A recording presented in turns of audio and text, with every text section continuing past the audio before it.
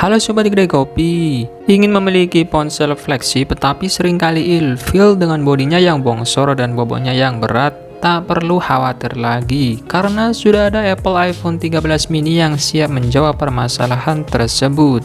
Kecil-kecil cabai rawit, tampaknya itulah slogan yang pas untuk mendeskripsikan salah satu varian dari iPhone 13 series. Meskipun berukuran mungil, tapi nyatanya ponsel ini dikemas dengan segudang inovasi dan kualitas flagship khas Apple. Tanpa menunggu lama lagi, nah bagi sobat yang tertarik untuk membelinya, alangkah baiknya simak dulu 9 kelebihan dan kekurangan iPhone 13 mini. Tapi sebelum lanjut nonton, jangan lupa ngopi dulu. Kalau sudah, silahkan subscribe channel ini agar bisa berkembang dan bermanfaat bagi semua orang.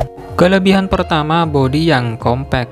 Tampaknya satu selling point utama yang dimiliki iPhone 13 mini adalah ukurannya yang begitu mungil dan compact.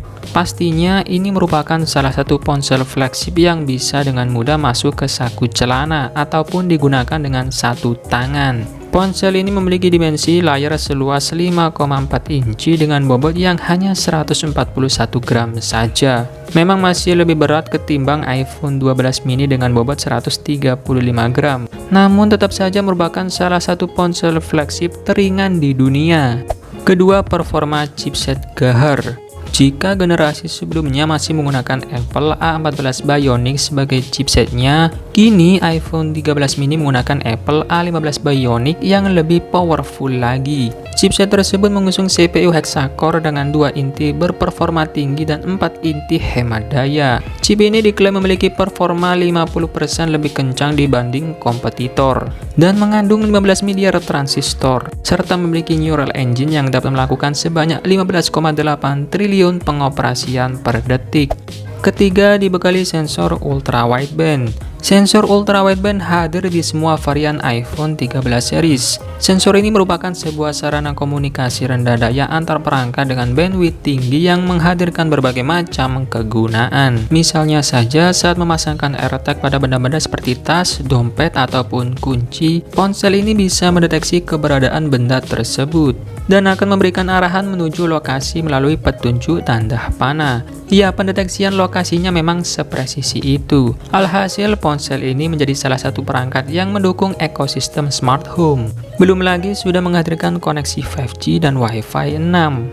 Keempat, tampilan layar memukau. iPhone 13 mini hadir dengan panel layar Super Retina XDR OLED dengan ukuran 5,4 inci, beresolusi 1080x2340 pixel. Aspek rasionya 19,5:9 dan mengusung kerapatan pixel mencapai 476 ppi. Kualitas tampilan layar ini sungguh mengagumkan karena didukung oleh sertifikasi SDR10 dan Dolby Vision untuk menampilkan konten video dengan kontras rasio tinggi. Tingkat kecerahan manual yang ditawarkan layar ini adalah 800 nit dan memiliki kecerahan puncak yang mencapai 1200 nit. Ponsel ini memiliki tingkat kecerahan yang begitu tinggi di atas rata-rata, sehingga membuatnya tetap mudah digunakan sekalipun pengguna sedang berada di luar ruangan saat matahari sedang silau-silaunya.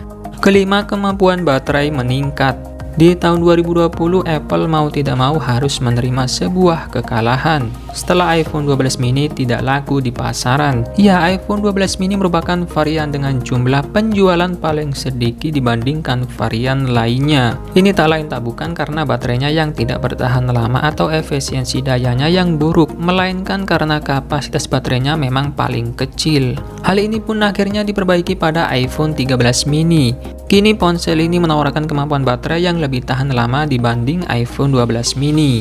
Dilansir dari PCMag.com, iPhone 13 mini bisa bertahan hingga 12 jam pada pemutaran video playback, lebih baik dibanding iPhone 12 mini dengan ketahanan 10 jam pada kegiatan yang sama. Diketahui ponsel ini memiliki kapasitas baterai sebesar 2438 mAh, yang notabene 10% lebih tinggi ketimbang generasi sebelumnya. Nah, selain kelebihan-kelebihan tadi, tentunya iPhone 13 mini juga punya beberapa kekurangan yang perlu sobat pertimbangkan sebelum membelinya.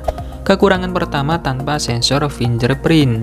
Sangat disayangkan, ternyata iPhone 13 mini tidak memiliki sensor fingerprint. Ponsel ini hanya dibekali sensor Face ID yang bisa membuka kunci dengan cepat dan akurat. Hanya saja di saat semua orang sedang menggunakan masker di masa pandemi, fitur Face ID tidak selamanya dapat diandalkan. Kedua, tanpa lensa telefoto dan LiDAR scanner. Berbeda dengan varian Pro dan Pro Max, iPhone 13 mini hanya dibekali dengan konfigurasi dual kamera alih-alih quad kamera. Konfigurasi ini mencakup lensa utama 12 megapiksel wide yang menghadirkan fitur OIS, serta lensa 12 megapiksel ultrawide untuk mengambil foto dengan sudut pandang 120 derajat. Tidak ada lensa telefoto ataupun sensor TOF LiDAR scanner, sehingga sobat tidak dapat mengambil foto dengan zoom lossless seperti kebanyakan ponsel flagship lainnya.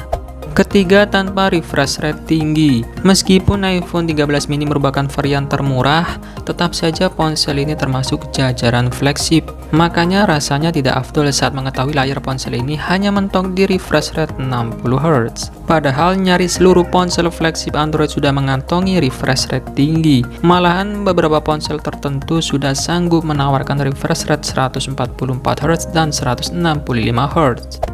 Keempat, pengisian daya lambat. Sebuah isu yang senantiasa melanda seri iPhone dari tahun ke tahun adalah kemampuan pengisian dayanya. Pihak Apple memang tidak menyuguhkan informasi mengenai besaran dayanya. Namun GSM Arena mengungkapkan kalau batas maksimal daya yang bisa diterima hanyalah 18 watt saja. Konsekuensinya, ponsel ini butuh waktu sekitar 1 jam 24 menit agar terisi hingga penuh dari kondisi kosong. Tergolong waktu yang cukup lama mengingat beragam ponsel flagship lainnya sudah dapat diisi hingga full dalam waktu 30 menitan saja. Nah, itulah tadi pembahasan mengenai kelebihan dan kekurangan iPhone 13 mini. Semoga bisa membantu sobat sebelum membeli ponsel ini. Oke, terima kasih sudah menonton, semoga bermanfaat, dan saya admin Grey Copy pamit undur diri. Sampai ketemu lagi di video selanjutnya. Bye bye.